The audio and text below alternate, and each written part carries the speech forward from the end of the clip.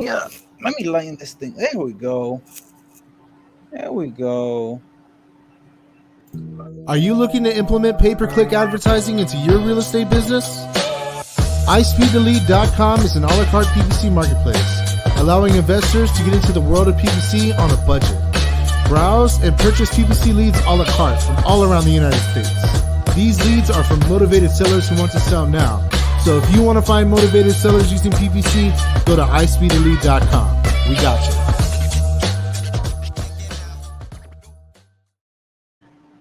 What's up? What up, brother? We're so like this function. I had already started the broadcast, and I was like, oh shit, I gotta do the intro. I forgot about that. All right, it's all right. We're good. How are you, my man? I'm good. I'm tired. I'm a little bit tired, but last night got a little bit out of hand. So Spicy. Yeah, I got a little bit out of hand. This is my second week that it's like I've woken up on Monday and I've just been like behind. Yeah, Bro, I've had plenty of those, and I would say that I make it a thing that, by like 2 o'clock in the afternoon, I got to be back home and like just start prepping for the next day, because yeah, it can get kind of crazy, and then your Mondays just spiral out of control, and you're just playing catch up, and it's not a fun thing. I don't like that at all. yeah. Well, luckily I'm just able to I just shoot myself up with caffeine when that happens, and I just get to it. I guess. I just get to it. Still, I think I still got like 3 more years. I got 3 more years before I really gotta like dial that in and really be careful with that aspect. You know what I mean? It's like I think I got like 3 more solid years. Solid years. Once you get to be an old fart like myself, that doesn't work. Can't do it. No, I went out with with Nick and Brett. Yeah, that was. Yeah, it turned into just like let's go get some food. You know what I mean? Let's go get dinner, and it was just like. Man. Every time I hang out with them, it's never about let's just have a quick. So I went out with them on Saturday. I bet, yeah, okay. Yeah. And that was I was already mentally prepared, dude. That what? You have a good time? They're a good time. Oh yeah, it's always a great time. Don't get me wrong. It's always a phenomenal time. I just knew I couldn't do it on a Sunday. I was like, I'll do it on Saturday. And we stayed out until like 3. I think it was. Oh shit! Yeah, that's late. I'm pretty sure they went harder, but whatever. I mean, it was crazy. Yeah, I think yesterday they started like they had already been going for a minute before I ever even got to Brickell. So no, those guys, they work hard, like hard, like you know what I mean. But they play even harder. It's something about the Texas guys. They do everything big. You know what they say. Everything is bigger. Everything's bigger than Texas. So I went to I have like my dispositions team in Texas, and so I went there like a month ago to go see them and visit their operation, look at everything, and do all this. Dude, like it's just something about that Texas attitude, man. I was not prepared. I got off the plane and I was drinking as soon as I got off the plane. Like as soon as I got in the car, there was alcohol waiting for me in the car. Yeah. So what I did is I prepared, right? Because I already done this rodeo. Done this rodeo. So I hydrated the shit out of myself prior to seeing them. So by the time that I met with them, I was like fully hydrated. I ate. So I'm like, I got my carbs going. I got my water intake in. And so, yeah, because it can get really real. It can get really real. So we went to Casa Tua last night, and it was like my suggestion. And I was like, let's go to Casa Tua, and because they were like, where do we go eat? And Brett was like, let's go to Gecko. Isn't that Gecko place? I was like, we're not going to Gecko. No, we're not. Gecko's not prepared. Gecko's not prepared. So we went to Casa Tua, and I'm not entirely 100% positive if I'm ever gonna be allowed back in there ever again. Yeah. Yeah.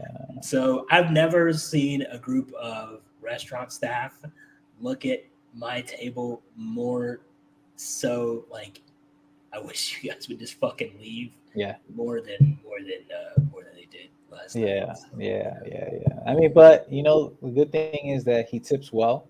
So no, yeah, we had a huge bill. We had a huge bill. it's always a huge bill. It was It's it always was a huge it was a bill. huge bill. We they stuck it to us automatically. So Yeah, for sure. You yeah got the we asshole took fee. care of it. We we took care of them. We took care of them for sure. But Yeah. It's always yeah, a they good got time though. they got plenty. They got Constitution was made even on their time Yeah, before. we hit up like 3 spots on Saturday. It was wild, dude. Yeah, It was wild. and then like after we were leaving, um, like Jay and them called and they were like, we're over at Moxie's, Ooh, and luckily Moxie's closes at 12. So. yes, yes, yeah, So I was like, you know what? Like I think I'm out of here for the rest of the night. yeah. I snuck You out on guys have a good Saturday. time. I snuck out. I couldn't even if I knew that if I would to like spend any like another 10 more minutes, I'd be fuck. It would be a shit show. So I got incognito mode, and I I got was like incognito out. mode. Yeah, Yeah. I was out. I was out. So it's crazy, but it's all good, man. Those guys are great. They got big systems, processes, big operations. It's good, man. I love being around those type of people because it's just your energy rises, your potential for growth. It just 10x's. You know what I'm saying? So Well, yeah. I mean, when you're at a table with like 4 or 5 entrepreneurs, and they all have yep. different businesses, all have different personalities. All have maxed out personalities because we're all psychotic to some degree. Yep. So to be able to do what we do, so it's just like that's what happens. That's what happens when you kind of get that kind of crowd together. You know what I mean? Yep. But yeah, man. I'm glad you. Damn, man. I don't even know why you didn't come out on Saturday. That would have been dope. I was busy on Saturday. Yeah, Oh, yeah. I was preoccupied on Saturday. Gotcha. It's all good. It's all But good. yeah. But yeah, the Miami life, dude. I'm like, damn. I'm so happy that I don't live in Miami. So you don't have to like hang around with us degenerates all the Yeah. time. Yeah. Yeah. So I'm like, it's an excuse for me. Like, oh, I gotta leave because I live an hour away, and so you know what I mean? Because if not, I get That's trapped, true. dude. I get That's trapped. true. So, Yeah. Well, but I kind of live on North Bay Village, so I kind of live like out of the way a little bit. You know what I mean? Like, yeah, I live you far do. enough away where it's like I live like on an island, so it's like in the middle. It's like what I mean. I'm not pulled into like being like, oh, well, you just live right down the street. You know what I mean? Like, Yeah, why would you just come down? Man, like, okay, 30 minutes for me to get to South Beach, 30 minutes for me to get to Brickell. Like, you know what I mean? I'm like, traffic, blah blah blah blah. I tell them I live in the Everglades, so that's like, oh shit. Yeah. That's a move. So it works. It definitely works, man. Cool. Anything else interesting over the weekend? Just like working with my development, with my new product, and everything like that. Yeah. Really been focused Yeah. heavily on that, and other things. Dude, the conference is actually pretty cool. The better way conference. Yeah. I think next time, because there's always a lot of what's it called, real estate people there. Right. iSpeedToLead should definitely sponsor or have a booth or some shit because Yeah. there's a lot of real estate people. They have the marketing for people is like the hardest thing in the world. So I think iSpeedToLead should be there. I probably, yeah, it's probably true. I don't know I don't think Jay's doing another event. Oh, I think he says it's his last one. I don't know. That's what he said. okay. Well, I mean, there was Maybe a good turnout. I'm There was a good amount of powerhouses. He had 19 people. To have 19 people in 2 days, it's a lot. It's a lot of speakers. Yeah, it's Heck yeah. a lot of speakers. They came with a lot of energy, though. You know what's funny is he had Derek Fay come speak, and Yeah. it's crazy because before Derek Fay started blowing up on Instagram because of Brad Lee, um, Derek Fay was one of my first clients. So like Wow. when I was actually when I lost the gym, when I lost out of the gym and I lost everything, and I was just on my own doing neuromuscular therapy. Derek Fay is actually a huge reason. Like that event of me working for him and driving to his house once a week is what resulted in the measures of what ended up like turning my life around, like indirectly. Interesting. Yeah, it's kind of crazy. Yeah, that he was here speaking. But I used to drive to Derek Fay's house. And I used to work on him and his girlfriend at his house, or his fiance, or yeah. And look at him now. I know. Yeah, it's crazy. No, I mean he had actually. So when I met him, he had just sold, because he used to live in Sarasota. So that's kind of how the whole connection happened. Because I was living in Bradenton, which is like right above Sarasota. So basically, he had owned a chain of gyms called Nonstop Fitness. Okay. But I think that was around the clock. He owned around the clock. All right, cool. He owned Around the Clock Fitness, and then he sold it right before COVID. And then the people that bought it from him at COVID ended up going bankrupt. Damn. Losing everything. And then he bought it back from them for pennies on the dollar. What a so he steal. ended up making equity off of the sale of steel and then got it back and then turned it into Nonstop Fitness. And now Nonstop Fitness has gotten big and producing well and still a lot of numbers. So okay. And he's done that a lot with a lot of different companies and everything. So he I remember when I drove to his house for the first time, and like the connection, the guy that connected me with him is one of my business partners now, who I work in the clinic business with. Okay, damn. That's Paul. What a small world. Who works at the clinic, yeah. So what's crazy is before me and Paul started working together, Derek Fay was one of Paul's original and like longtime clients. Okay. So Paul was like, hey, I'm going to connect you with this entrepreneur guy who lives out in Fort Myers, and he wants you to come to his house and he wants you to work on it. And then so we started talking and started texting back and forth, and he's like, yeah, like, come out this time. So literally, dude, I had no money in my bank account. I think I had enough money, like literally paying for the gas for the trip to get to his house was like almost like half of what I had in my bank account. No kidding. Shit. So how did that turn around though? Well, so I drove to his house, and what's crazy is like if he hadn't have paid me that day for my service to get the gas to come back, I would have been on fumes. I would have been broke. I would have been gassed. Literally, I wouldn't be able to eat. You know what I mean? I would have spent all the money on gas. Luckily, obviously, he's legit and he paid me and everything, and that was a large check. And that kind of like changed me around a little bit. And then what specifically? Well, what do you mean by that? So meeting him really changed my perspective on things. So remember, I pulled in his driveway. It was like the most immaculate house I've ever seen. Like insanity. Like this guy had like marble lion statues in the front of his driveway, leading to like the stairwell to the entryway of his house. And then you walk into in this massive entryway, and there's like this gigantic globe, like what some of you see in like rich people's homes in like the movies. You know what I mean? And I just remember like walking in there, and I was just like, I just felt like extremely overwhelmed. I was just like, wow, this is crazy. And then he started telling me all this stuff about how he had like flipped these companies and how he made all this money. And I remember he told me he made like $90 million off the sale on a company. And he was like, he's going to have done like a few different like 9-figure exits and transactions. I just like blew my mind. I was like, holy shit, you know what I mean? So do you think that inspired you to do what you do now, as far as like building businesses? It definitely gave me an idea. It gave me an idea on a couple of things, but what really transformed that is he had a good reference for me when he called Paul back.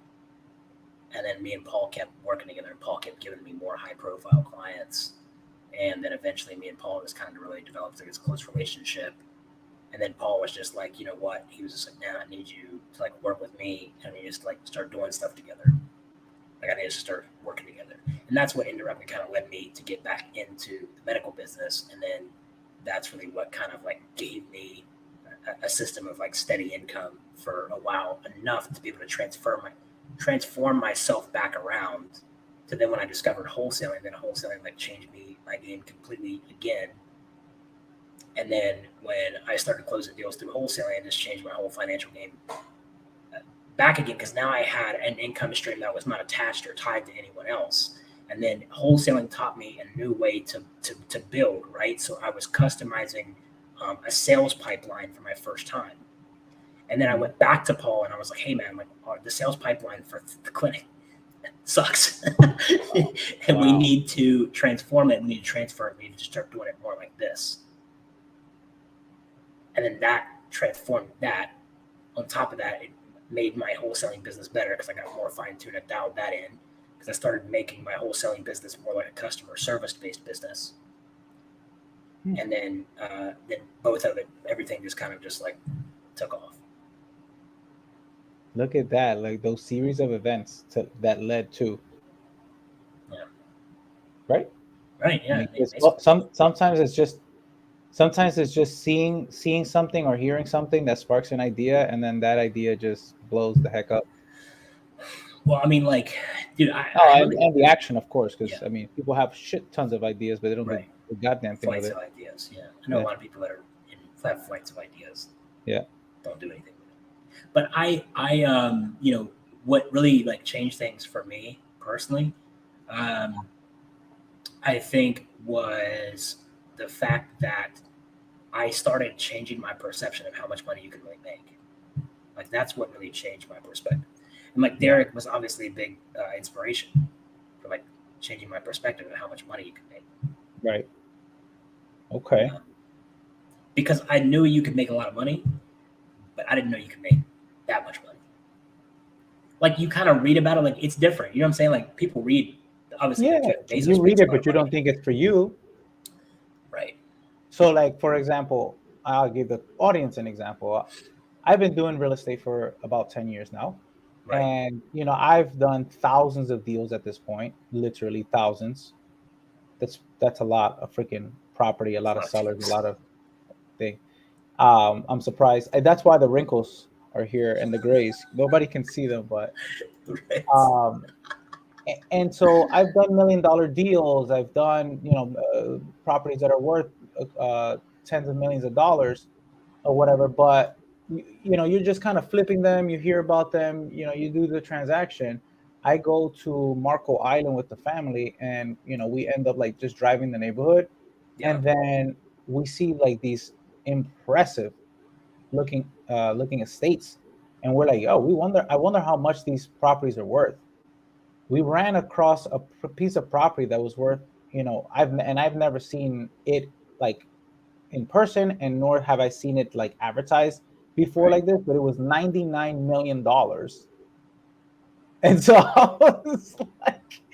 I was like, wait a minute, somebody really owns this piece of property on the someone beach. Can actually buy that. Yeah, somebody can actually buy it. Somebody has this piece of property. How in the world? And then everything else in the neighborhood was like 70 million, 50 million, 20 million, 10 million. And I'm like, and so it's not like just that one property. Oh, well, you know, it's just that one property. It's a one-off or whatever it is. Like, no, every neighbor is in the multiple millions of dollars worth of real estate. You know what I mean? And And then I want to say like 70% of them are freaking vacant. Like nobody's there. Yeah. Which is wild. You know what I mean? Right. They don't live there full time. Yeah. So it gets to, so you start thinking about a $1.5 million property. Well, then that's just like, that's a cakewalk compared to that 10, 20, 30, $40 million piece of asset that somebody actually owns. And that person's not like a superhuman. They just had an idea. They probably built a business. They probably sold a business. You know what I mean? And there they are, right? Like it's not. I don't think that it's impossible. It is definitely tangible, which kind of goes back to what you were saying. Like you just you read about it, but you've never really seen it, so you really don't believe it that you can have it Yeah. until it comes around and you're like, oh shit, that is possible. I think it was just like like a situation of where it was just like I was seeing consistency of meeting guys who were making considerable amounts of money that didn't really seem that considerable. Yeah. Like they're not a considerable person. Like they're not really like just an out of the box person. You know what I mean? Like they're very like I don't know. I mean, there's obviously something out of the box about them, right? Like there's obviously something special about people. I think it was just the fact it was just like you kind of think I think you maybe start to guess that leading up to that before you really meet someone who makes that kind of money. You hear about like Elon Musk and you hear Jeff Bezos and Steve Jobs and Bill Gates. Yeah. And you start to think the only people that can make that kind of money are people that are like them. super geniuses and people who are like, just these like ridiculously smart, like nerds and all this stuff. And like, you're like, I can't develop that. I can't make that. So therefore it's just like, that's for me to be worth $1 billion. Is out of the But question. you know what? Yeah. People want to accept that as a reality, right? Because they feel that they have to be that, and it's okay for me not to be at that level because I am not, a super genius or whatever it is. But the reality is I've met a lot of dumbasses with shit tons of money. And I'm like, That's you're true. walking around Earth and you have this amount of capital, that's dangerous. Yeah, or they have a car that can go like way too fast, and you're like, oh Yeah, man. I'm like, that doesn't, the mathing, like the young kids say, the mathing is not mathing. Dude, I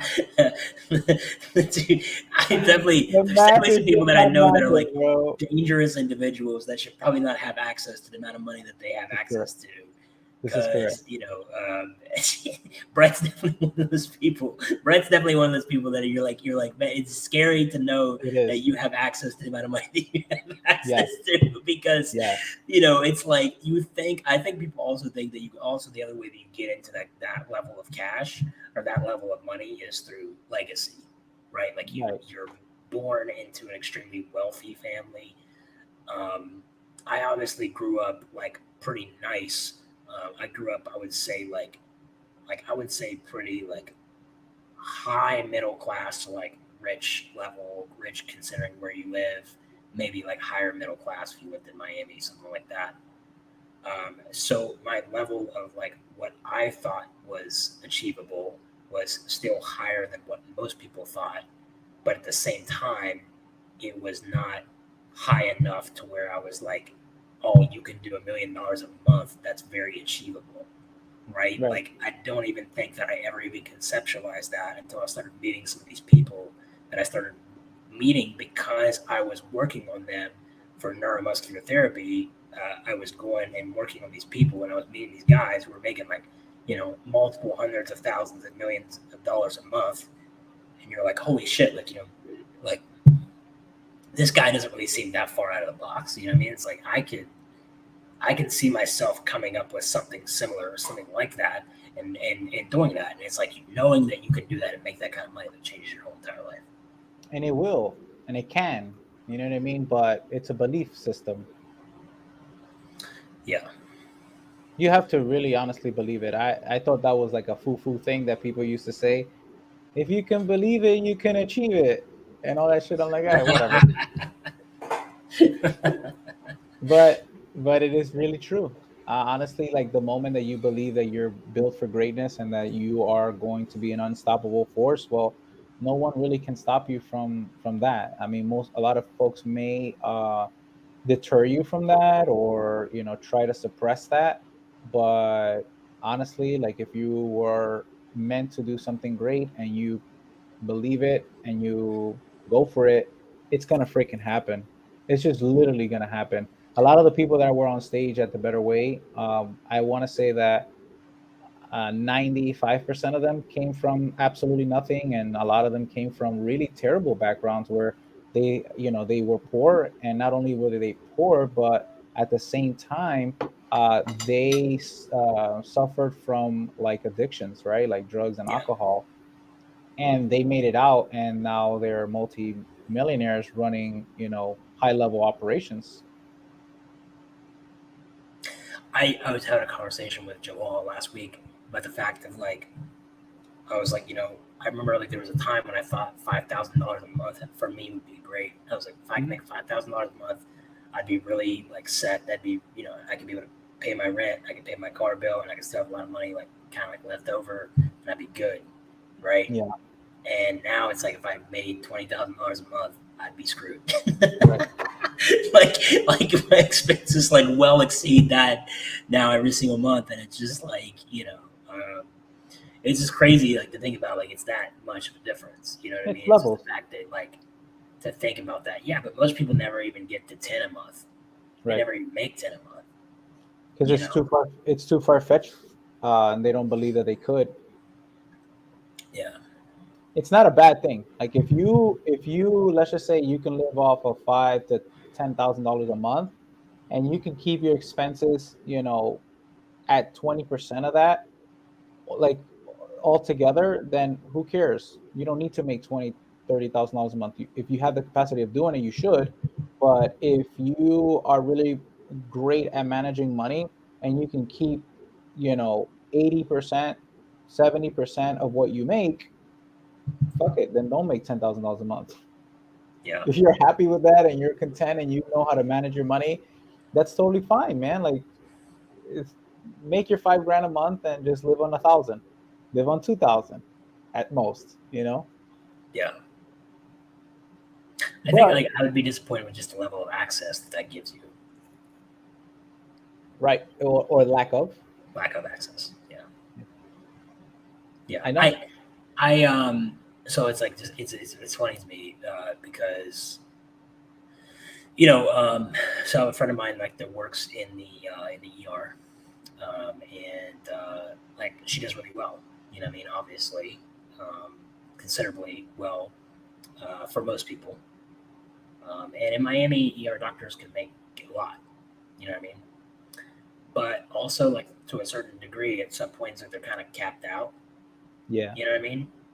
And but for her it's just like she's just like, yeah, no, like, I don't really have like any aspirations to do anything else because I really feel like my job's important, right? I don't necessarily Okay. do it because I like you, I want to be like an entrepreneur to make us, to keep expanding my level, to keep expanding my ceiling, right? She's like, that's not as important to me as the fact of I feel like what I do is extremely important, and I feel like the level of what I'm giving is really vital, and that's extremely important to me to continue to do this job, and that's why I want to do it.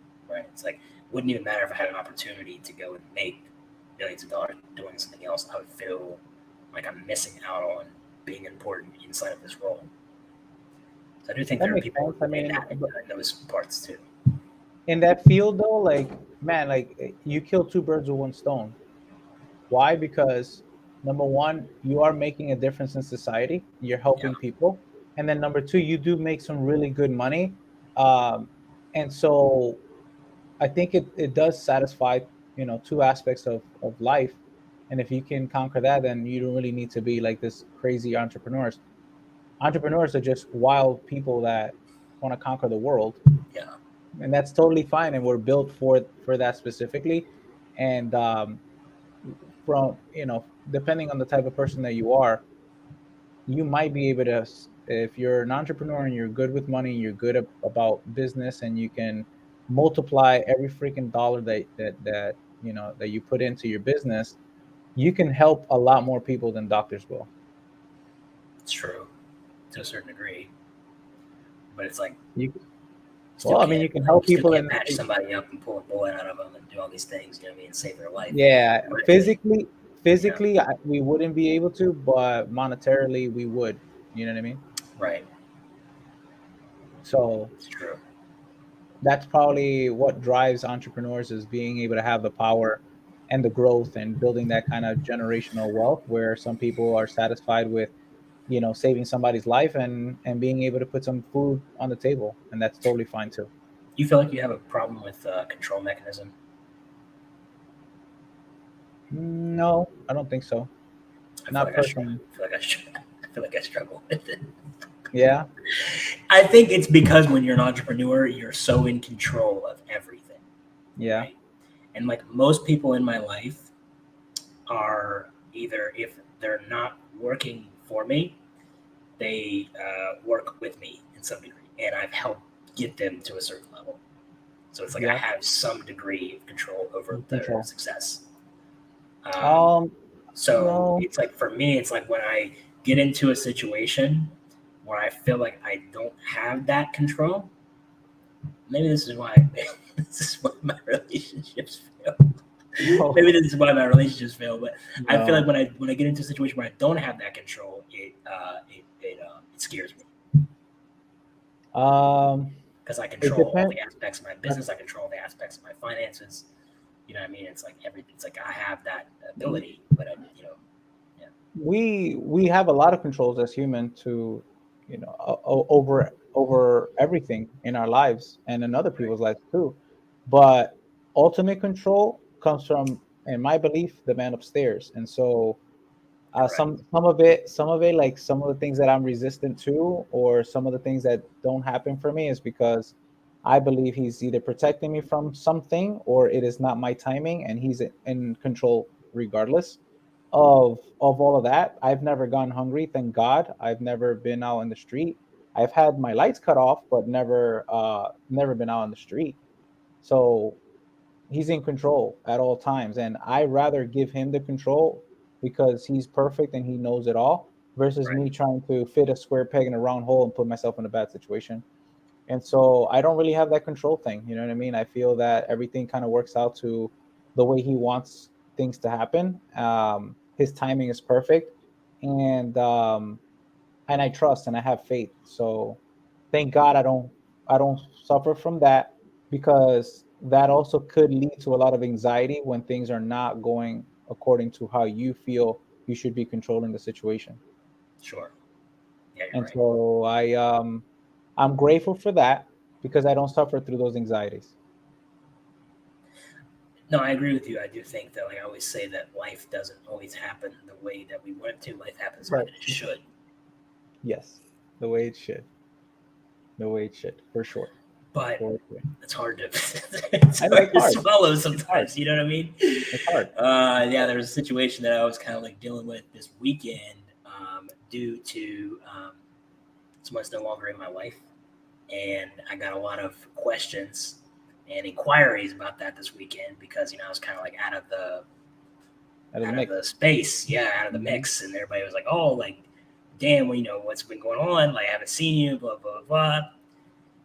And I was like, "Oh man, yeah." I was like, so I guess like I had to like restructure myself and handle that situation.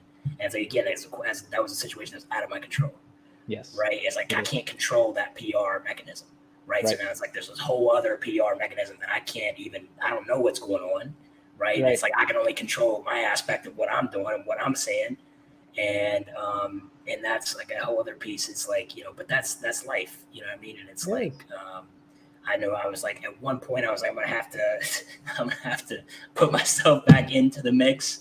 You know what I mean? I can't dodge society forever.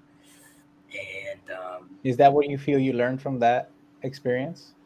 from this weekend, or Yeah, just in from general. that, that control situation.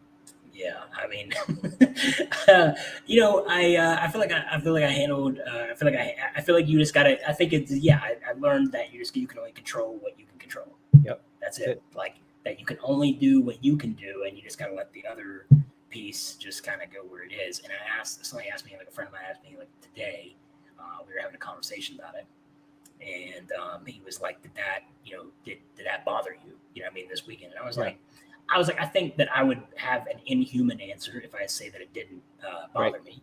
This is correct. Right. But at the same time, it's like I can't do anything beyond it. You know what I mean? So it's just like I just had to handle it in the best way that I know how.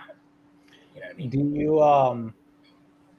Do you feel that it's a issue because of what people might say or whatever the other person may think, or just trying to be politically correct? I think because of how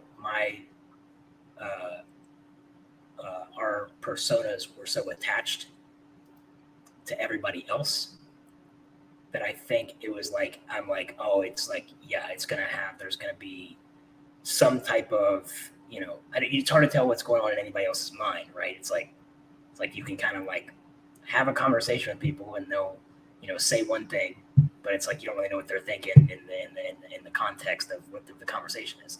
So I think it was just a matter of like, I was just like paranoid. I was like, I just gotta be really careful with what I say, so to speak. What else do you think you should learn from that? It's turning into a therapy session. Yeah, I like this. This is really good. Really good. I'm actually really good at. You know what? Someone told me like, "Mate, I called two people when I need advice. I either call one or I call Nick Perry. So I call one of the two, and they both give me very different advice. Yes. I had the angel and the devil on my shoulder, you know what I mean? Like Croc and Influence New Groove, you know what I mean? He's like talking back and forth to the different ones. Yes. But but it's like I obviously I learned a lot from the whole entire situation. But I think it was just like, I feel like it was just like I was very nervous to put myself into the mix of, of the getting around everybody who we were always around. Right. Because just like, I think the aspect of control is like, you don't really know what's going on the other side, right? You don't know what that is happening on there and what that's being said. And then, so I can only go off of, what I know, what I'm saying, you know what I mean? And I can't control that aspect. So I think, for me, it's a nerve-wracking situation, but I'm glad I put myself through, getting back around everybody, and it turned out better than I thought it was. Yeah, it's much more positive situation than how I thought it was, kind of going to go. So yeah. It's only because you care. If you didn't care, it'd be a different situation. You wouldn't tread so lightly. You know what I mean? Yeah. I mean, yeah.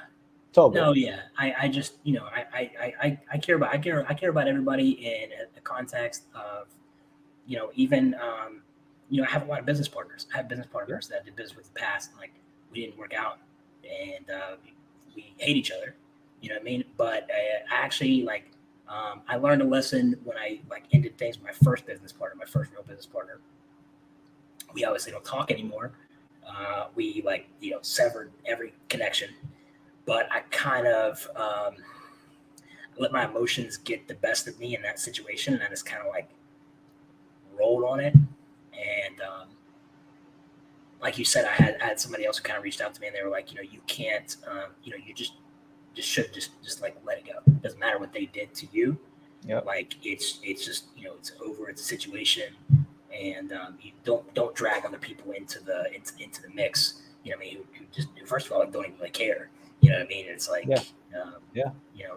so, and what I found is there's a lot of people who will insert themselves into your situation just simply because their life is boring.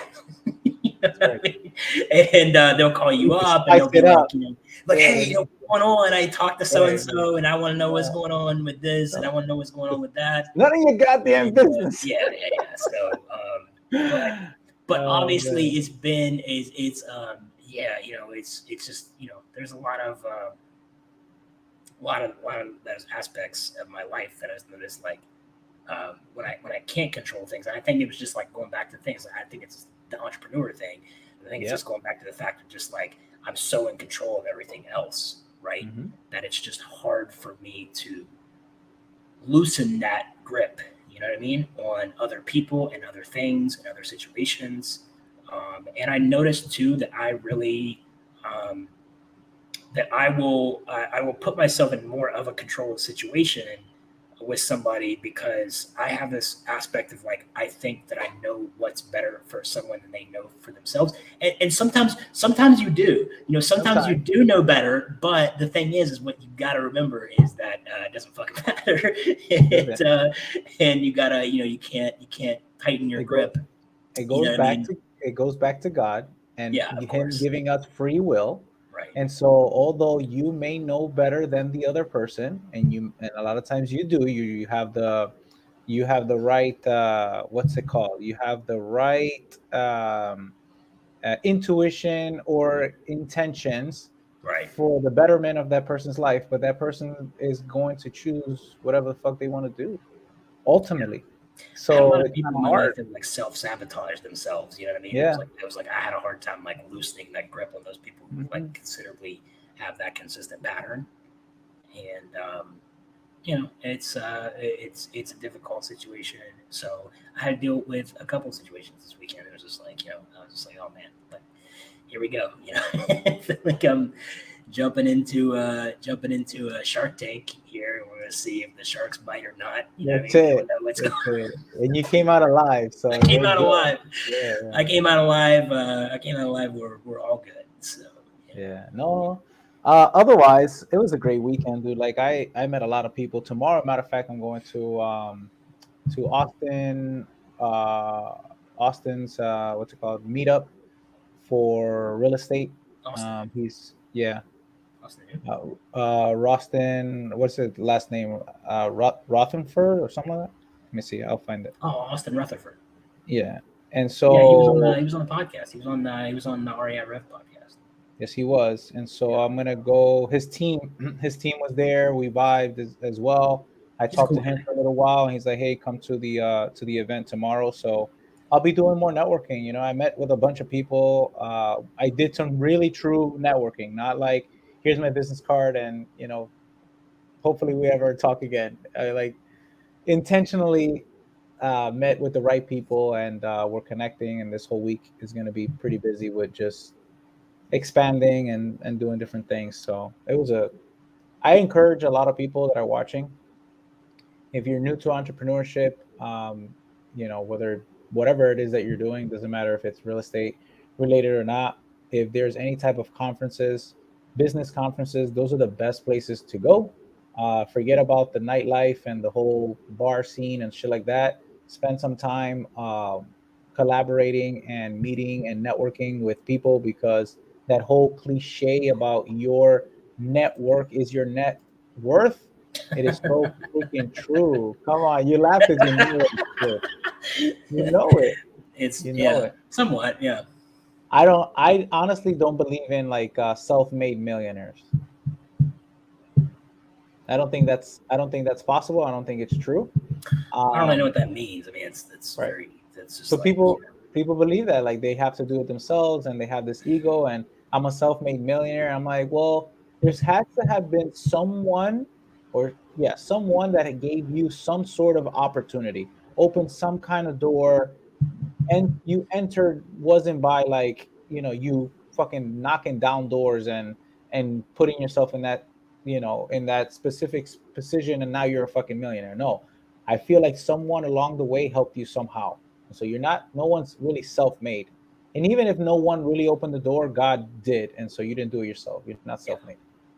So but networking is freaking awesome. So high level networking events There's always going to be a little party too. So those that like to party and stuff like that, you're just gonna party with people that are at a larger level.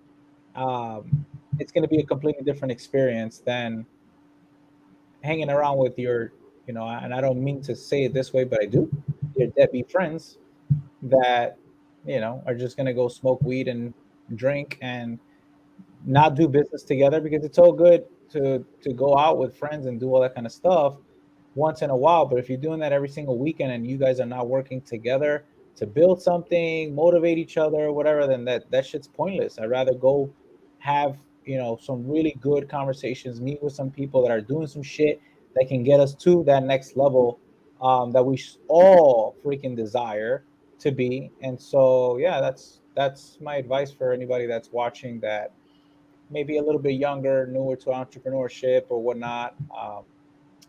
Definitely network as much as possible. As much as possible. Yeah, no, I agree with that for sure. The right people. Yeah, it's important.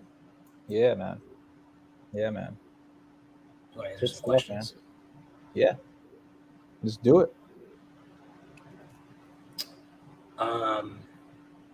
Do you right now in today's market? Big thing is like everybody's asking because you're the real estate guy here. Do you? Is that what I am? More so than me. More so than me. I'm not sure if either of us are really. But you did go see a development this weekend. You did go see a development. You did make That was content about it. You make content about it. So I'm calling you the real estate guy of the episode. I got to talk to you about that development too. I think it's a dope project. Anyway. There we go. All right. So do you, and right now in today's market, with everything that's going on, do you prefer creative deals or cash deals? What do you think What do you think is more on the table right now with how interest rates and everything are? Creative. And if whoever doesn't follow me, if you go to Instagram, TikTok, Mr. Juan Nicasio, you'll see my latest post, and it's specifically about this, man. Like, we get so much leverage utilizing creative financing than getting cash, right? Like, even if I have access to private money, that private money is really, really expensive, and you're buying the assets still at the top of the market, in my opinion. So I don't want to deploy high interest loans to high interest valued properties at this very moment. I will buy the properties consistently at today's prices, but with massive leverage. What does that mean? I'm going to go ahead and negotiate with the seller a very, very low interest rate to try to beat the banks. So anytime I go into a negotiation, my process is, how do I beat the banks? So if the bank's standard is 20% down and 7% interest rate, well, then I want to go in there with a 10 to 15% down at like 2 to 4% interest. Yeah, well, it's Simple not as that. It's not hard to beat. It's not hard to beat the bank right now. It's not hard to beat the bank. Not right now, at least. Yeah. Yeah, but for those that don't, that don't understand that, they're getting themselves into, the top of the market with the top of interest rates, and I think that's a dangerous place to be. I love my real estate agents, and I know that they're out grinding, and this is how they feed their family. And I'm not, trying to downplay their business model, because they're in sales, period. But that whole thing, don't worry about interest rates, buy the property anyway, and then refinance later. Well, I don't know if that's really the strongest strategy or the most sound advice, because what if you get yourself into a bind? Yeah, how about if they don't come down? Well, I know they will come down, but it may take you a very, very long time. How about if you're in a bind and you really can no longer afford those interest rates, right? Because you thought that maybe it was going to be 12 months, maybe 24 months, that you were going to sustain those high interest rates, and then refi. How about if they stop refining because the market's going down? Maybe you don't even have any equity in the property. There's a lot of people in that situation right now. Yeah. So what happens then? You just put a client into a bad asset. Now, I would say, if you're gonna pay the high interest rate, you better negotiate your fucking life away. Like, get $150,000 off appraised value, not even asking price, appraised value. Right. And then yeah, you can do the the high interest rate because you bought yourself the equity. The equity is more important than the interest rate, in my opinion. Right. So that's my 2 cents on real estate, man. I'd rather do the creative deal, go straight to the homeowner. Either the homeowner is going to give me a 2 to 4% interest rate, or I'm going to take the property over sub 2 with those type of interest rates at like whatever 3.5 4%. I'll do that all day long. I think cash deals made more sense, and the reason that people like, so like you had a lot of these people who like got really successful in wholesaling, right? Like around 2019, 2020. Yeah. That failed like last year. Their business went like crash, right? Because they had that kind of like fake success, right? Like the same thing with like with what I see you guys do with crypto. Like you guys are making real acquisition moves with the pieces on the board versus a kid who was 17 years old got involved in Ethereum before it even knew what was going to happen. Just put some money in, all of a sudden got lucky, blew it up. It's like and then other people look at that and they go, oh well, like I'm not doing crypto because there's nothing on the board. And you're like, well, that's because most people don't know how to play it. It's just a game like everything else. Correct. And same thing with real estate. You had all these people who got ultra successful, made a ton of money in 2019, 2020, and it was easy. They didn't have to negotiate. They didn't have to do anything. It was just like super low interest rates. Everybody was buying everything. Deals of galore. You know what I mean? It was just like lead. Everything was a fucking lead. Yep. You know what I mean? And it was just like everybody was moving, everybody was selling, everybody was buying. It was just like a crazy fucking time, right? Like even the beginning of 2021. Very easy to make money on appreciation. Yeah, exactly. In times of appreciation, it's very, very easy to make quick money.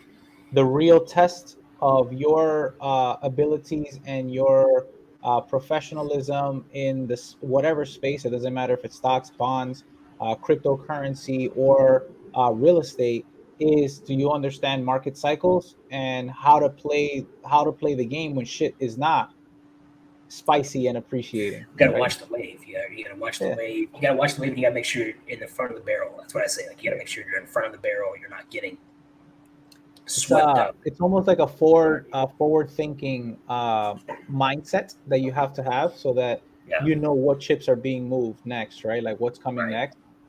Because there's going to be very successful wholesaling companies, investment companies that are going to ride, the whatever recession or correction of the real estate market, and they're going to freaking crush it. AI, this guy right here, because I'm still doing really freaking smoking deals even in this particular market right now, and I don't take no for an answer because I know what the hell I'm doing. I've been in the space for long enough to understand a lot of these different attributes of the market, so that I can sustain.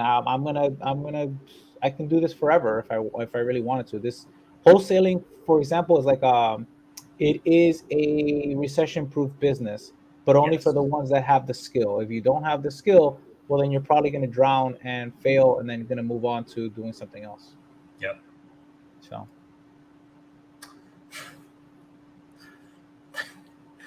Thoughts on marriage from a prospective successful male. No. I'm gonna start a new show, okay? It's like Dan can't answer any relationship questions. Dan's disqualified. Dan's fucking disqualified. I disqualified myself. I wish we had like one of those buzzards, what I mean? Like, yeah. Like I would just be waiting around. I'm out. I'm out. Yeah, I'd let one take this one. So the question is marriage and entrepreneurship. Thoughts on marriage from the perspective of a successful male. Okay. I don't know what it means by thoughts on marriage. I guess maybe meaning what do you think? What do you think? Like, is marriage like I guess I could answer that question from my perspective. I don't know when it's ever gonna happen. Well, I don't know when it's ever gonna happen, if it's ever gonna happen, but I do have thoughts. I do have thoughts on it. Yeah, I've been married to the same person for forever. We've been together for 23 years. So Before you're successful. At what? Before you're successful. Oh yeah. Right. But I would say that become successful before getting married. Right. I can keep it. I can keep it kind of short and sweet. Become successful before getting married, because Yeah. it's in today's day. I would assume it's very difficult to find somebody that's willing to ride the roller coaster of entrepreneurship or success, Crazy. or your journey to wherever you feel success is, because everybody's perspective on success is a little bit different, right? And so I would say ride that journey, get to where you want to be, and then find a stable human being to marry and live a happy life with someone that's mentally stable, physically stable, economically stable themselves, is probably my highest recommendation. And then once you are successful, follow, Mr. Hermosi, because apparently him and his wife got it fucking down packed. Those motherfuckers are power couples. Yeah, I mean, And they just as far as we crush know, yeah, that's life right. together. Right. Yeah. They're crushing life together. Or if that's not the case, and if you can find someone that's tolerant enough to look out after your home, and your children, and help them to be raised in a proper manner, like Yeah. my wife, then marry somebody like my wife. So she stays out of the way. She understands her place. She lets me go do what I have to do as far as, business and money.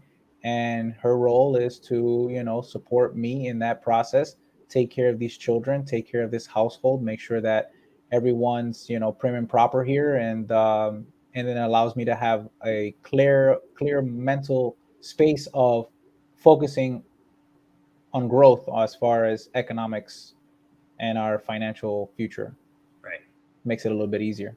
Then the drama queen who fucking, wants to drain you for everything you got, and always complaining about the children, never fucking cooks or cleans for you, how the house is a goddamn mess. And so you're here trying to scramble how to put everything together and maintain a household. And I'm going to divorce this bitch, and it goes all downhill. That's terrible. It's a terrible situation. So, Yeah. yeah. My thoughts on marriage. I'm working on it. I'm working on it. I'm giving him guidance, guys. Relax. Yeah. I'm molding him. I'm molding him for marriage. Don't worry. I mess things up sometimes, and I'm I slipped out of my last one. Yeah, so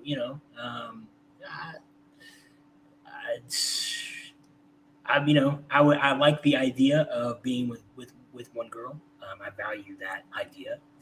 I definitely had my time and my experiences living life the other way, and I have no I have no interest in it really anymore. Yeah, I think men should always get that out of their system, and then because it's hard to focus on so many other people. Like it's hard enough to focus on your Difficult, own dude. life. It's so difficult to focus on your own life, your business, and whatever. And then now you have Yeah, another human being that you have to learn how to communicate with, and live with, and all that sort of stuff. And so like it's a madhouse. dude. Literally. Yeah, but I also think it's difficult the other way because I know like being an entrepreneur and then you're like trying to micromanage like different girls and different conversations, different scenarios. Like It's crazy. that creates problems in a different sense. So I think at this point now, what would make me get to a higher level better is if I had one person that I felt like 100% locked in with, secure with, Yes. that can keep that part of my brain from dealing with those things that can cause, like we were talking about earlier, with those things that can cause anxiety, those things that can cause disruption. But you also want to make sure you're with the right person because Yeah. you can be with the wrong person and they can cause disruption and anxiety in your life in other ways. And I have been in both scenarios. So, but I'm not perfect. I'm working on some things. I'm piecing together and trying to make not so many mistakes You know what I mean? Learning from each Yeah. situation and improving and working my way to get to that point. So we'll see. We'll see. People do ask us like, what's the secret? Like, how you guys stay together for so long? We Yeah. honestly, we were blessed and lucky, and whatever you want to call it, because we met at a very, very, very young age, and it's kind of hard to really maintain something like that because at such a young age, you don't really know who the hell you are. As when you develop as an adult and you're still trying to figure stuff out, you're Right. probably still dealing with the different traumas and shit like that. So I probably wouldn't recommend to do as I did unless you really find somebody that fucking phenomenal. But the likelihood is very slim. We really got blessed and lucky. I would say that, before thinking about marriage, working on your entrepreneurship and becoming successful is one thing, but also to make sure that you are figuring yourself out, that you're seeking therapy, that you're clearing yourself of any kind of traumas, that you get yourself right as a human being. And then whomever it is that you are looking to attract, that they've done the same amount of self work, and Yeah. make sure that they're not coming with a fucking bag of shit to the table, because Yeah. it can get nasty, right? And then it distracts you. It's a bunch of drama. It affects every aspect of your life. You know what I mean? And so, yeah, that's my two. Yeah. Those are my 5 cents on marriage, and so because I got a lot to say about that. Yeah. Uh, uh, God dang it, dude. Would you date a woman with more money? yeah, that's fine. I'm fine with that. I have. I mean, I have several times. My last situation, and the situation before that, and the situation before that, not the case. Because since I got into those scenarios, I've was kind of leveled up to where I'm at, and it's like now it's like since I've kind of been successful, it's kind of really hard for me to find a girl that like makes more money than me. But they exist; they're out there. They're definitely out there.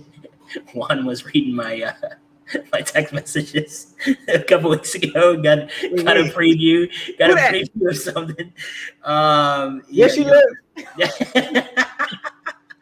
I've for some reason I attract girls who make a lot of money. I don't really know what As you it is. should. I don't really. I think it's just. I think it's just more or less. It's just. I don't care. You know what I mean? That's the thing. It's like I don't care what you're doing, how much money you're making, because I'm just gonna keep doing my thing. And, keep making myself. So it's just like I think I'm not sure. I don't really know what the pull is in that. I always say I'm really big when it comes to the single moms club and the I got more money than most men club. those two clubs I'm really hitting it. If I really wanted to really tap into either one of those clubs, I'd really be doing that's your jam right there. That's my jam. Apparently I'm not really trying to slide in on a particular niche group or anything. Right. I'm just looking for like a match. But yeah, it's. I think that's all that matters. I think that's all that matters. That you're looking for the right match. Forget about all the other things aside. Money's money. Like I mean, I'm not gonna be like, oh, I can't date you because you make more money than I. That sounds stupid as fuck. How about if she's so cool, like she is, like whatever, the chemistry is there, the everything's there, the sex is there, the fun factor, the adventure, the actual like feminine aspect that you're needing is all there, and she's a fucking killer at business. She makes a ton of money. Like, you're not gonna date that person? Like, that doesn't make sense to me. Yeah, I agree with that. Yeah, I would just ask her like, hey, how can I level up so I can surpass your ass? That's all. If that's the problem, she could be your mentor. Some of them, the ones I find, they're not running their own ship. You know what I mean? They just they opened up a treasure chest the day they were born out of it. So it's a little bit different, but anyway. Thoughts on Jesus Christ? What are all these questions about? Jesus, man, I can't get a break. We're gonna start a dating, you know. We just need to change this show to dating your way to success. Right. Dating your way to success. I love it.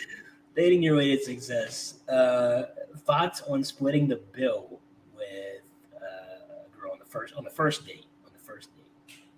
I don't know. I haven't dated in 23 years. I guess I gotta take the buzzer. My buzzer went off.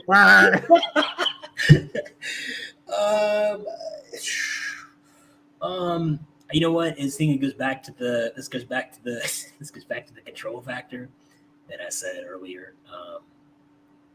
I think if I found myself letting a girl split the bill with me, in my mind, I'd be kind of giving up control. I'd be splitting the control 50-50 in that situation, and it's not something I want. I don't want to set the tone. I guess you could say more or less. That sounds better. I don't want to set the tone in the relationship. If that leads to a relationship, I don't want to set that tone from the very beginning. Because here's the difference. I think what guys need to understand is, see, for girls, it's okay to go on several dates and do all these things. Like, oh, I love, like, how many girls you know is like, I love going on dates. I love to go on dates. Dates are so much fun. It's like, yeah, for a girl, they might be, right? Because the girl doesn't really have to bring as much to the table. It seems like in most situations, she just has to show up and look good. That sounds terrible. I don't. It sounds terrible, like but I'm gonna get fucking canceled, dude. I'm gonna fix it for you. Fix it for me. Yeah. I'm gonna fix it for you. Yeah, I'm gonna fix it for you. The woman is there to be conquered. It's basically what it is. I don't think that makes it. I think that made it worse. I think that made it worse. You know why? Because a woman wants to be wine and dine. She wants to see if you're a man of values, wants to see like what are you bringing to the table, because she already brought dinner to the table. She has something in between her legs that you were looking for. Like, that's at the end of the day, no, we're gonna keep it 100. You're making it worse. At the end of the day, she's bringing that to the table. You know that his thirsty ass is going on a date.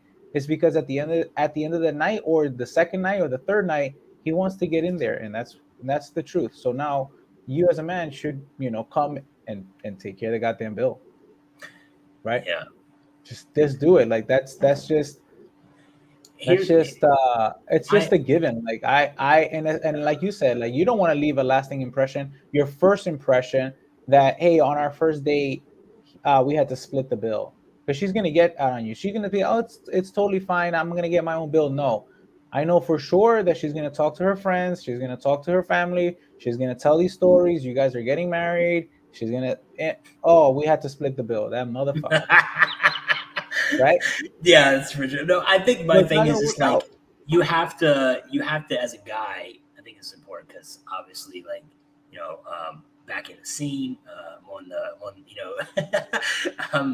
I'm in the field, you know what I mean? So I'm like, but my biggest thing that I make sure that I do is, like, if I take you out on a date, right? If I take you out to dinner, this, that, we do this, whatever we do, I vet you hard enough before we ever even get to that point to where I'm like 85 to 90% chance this is going to be a good date. Like, we're going to fit. Yeah.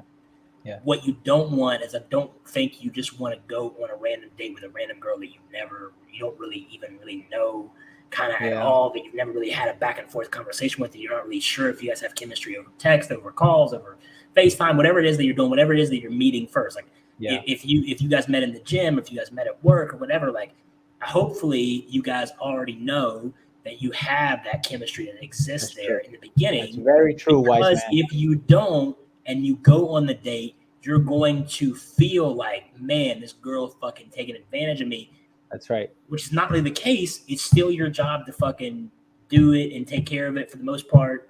I mean, you can do what you want, I guess, if you feel like if you're not gonna text her back. If you're not gonna text her back the next time, like, I guess you do what you want. But I always still take care of the situation. Then I'm always like, I'm gonna take my L. How much of a waste of money was that check? You know what I mean? Like I've definitely been in a lot of those situations. But it happens just like business, right? Like you pay for marketing or for leads, and most of those leads are shit until you find and qualify the right lead, and it's worth every single dime you spend. Yeah, but you don't want to put every lead under contract either. No, you don't want to put every lead on the contract. I definitely agree with your statement as far as like, I agree 1000%. You should be fielding out who you're going out with, and know that it's going to be well worth your number one, your time. Fuck money, because money you can make, bro. You can sell whatever. Like Daniel G was on the stage, right? And he was like, hey, my girlfriend asked me to freaking let's go to dinner. I'd be like, all right, give me like 3 hours because I gotta go make that money. What do you mean? We have money, yeah, but not for the date. You want to go eat on my dime? No, I want to go make some money, and then we'll go pay for the date. Somebody else gonna pay for the date, right? And so it's like a little bit of that mentality, because at the end of the day, it's more your time that's more valuable than the money, because you can make money at any given time. You can sell something at any given time, and you'll always replenish that. But your time, you can never get it back. So I think fielding out the person you're about to go spend a couple of hours with, not knowing who the hell she is or he is, that's a big waste of time. So I agree with you. You should spend a little something, right? A little conversation, a little text message, a little, small meetup. I don't know where you're meeting them, where you found them, but you should know right off rib whether it's going to probably be a semi decent day, or you have some kind of connection before you go out and spend your money. I think that if you feel like you got taken advantage of, that was your fault, because you didn't qualify. You didn't do your due diligence. Yeah. So, but you got to take the L though. I'm still gonna take the L. I'm paying for it. Yeah, I'm paying for it. Yeah, I'm paying for it. Yeah, just end it right there though. Don't. We're done. We're not texting. We're not calling. Lose my number. Yeah, don't take it to the closing table either. Yeah. Don't do that. You know what I mean? All right. What a show. Interesting. It's a great show. It's a great show. Yeah. It's a great show. You're changing the name. Fuck this. Dating your way. That people love. People love asking us questions. About that. It's entertaining. You know what I mean? It's more perplexing. Definitely. That's perfect. I learned a lot. I'm grateful. I'm grateful for the show, because every time I'm on either my social media or go to podcast, it's always about business, the industry, and that's right. It. Like, you just say the same thing over and over and over. So this is a little different, right? Like, you can do like a nice little mix of business and pleasure, I guess, and entertainment. Hey. So I hope everybody enjoyed this show. That's how we mix it up. For more advice, reach out to Mr. Juan. You guys want more dating advice from me, from how successful I am? You guys want more dating advice from me? Make sure to drop that subscribe button. Leave a thumbs up on the video. Drop a comment. We will be back every Monday at 7 o'clock Eastern Standard Time. We will see you guys next week. Peace. Peace out, everybody.